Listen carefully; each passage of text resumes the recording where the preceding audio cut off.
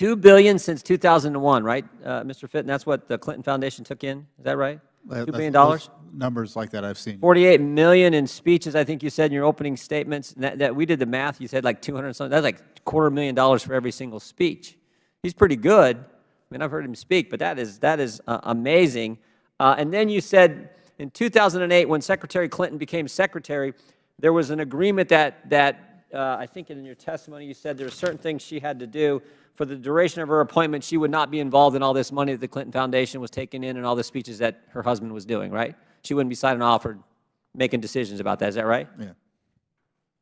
And the Clinton Foundation would disclose its donors. So there was an agreement that she worked out when she was Senate confirmed. Right. Okay. Did they follow the agreement? No.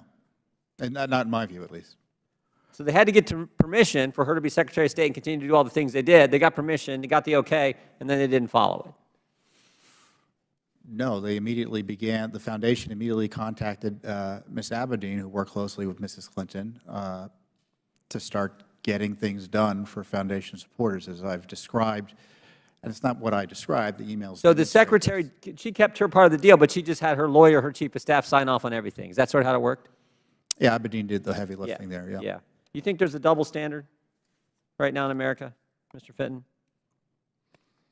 Oh, yeah, Mrs. Clinton is being protected by, and was protected, and frankly still is being protected from the consequences of her behavior at the State Department and subsequently. My colleague from Virginia talked about some things that have happened recently with Mr. Cohen, but I think it's interesting. I don't remember anyone associated, during the Clinton investigation, I don't remember anyone associated with the Clinton investigation. Well, first of all, they didn't even call it an investigation. Remember what they were told to call it? A matter. Yeah, we're supposed to call it a matter, right? It was obviously an investigation, but was told to be called a matter. I don't remember Cheryl Mills getting her door kicked in at 5 in the morning and having everything confiscated.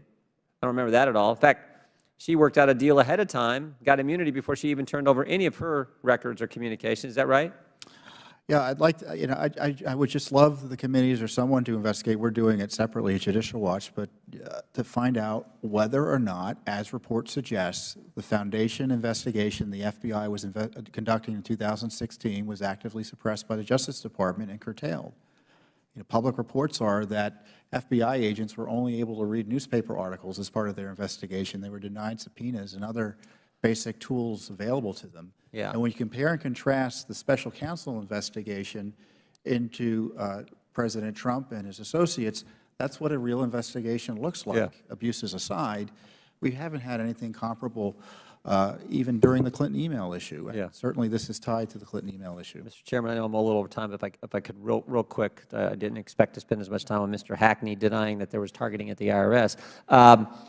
But you're I think, exactly right.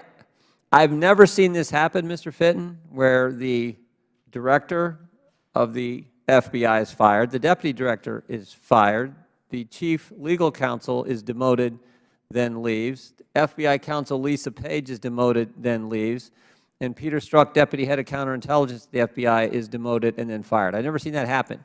But what's interesting, those are the same people who ran the Clinton investigation and started and launched the Russian investigation. Never seen that happen in any other federal agency, even as bad as the IRS was.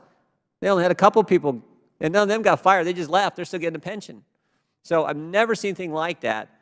And the other thing that always strikes me as sort of interesting, and I'll close with this if I could, Mr. Chairman, is the names they gave the investigations, right? The Clinton investigation was the mid-year exam. But the investigation into possible coordination between the Trump campaign and Russia was Crossfire Hurricane. I'd like to...